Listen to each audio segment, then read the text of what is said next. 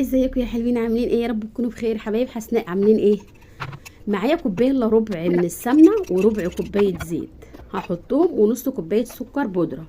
هحطهم وافضل اضربهم كده بالمضرب حوالي 3 4 دقايق. وبعد كده بقى هنزل بكوبايتين من الدقيق، هقلبهم كده لغايه احط كوبايه وارجع احط كوبايه تانية بالتدريج لغايه ما اشوف العجينه في ايدي عامله ازاي.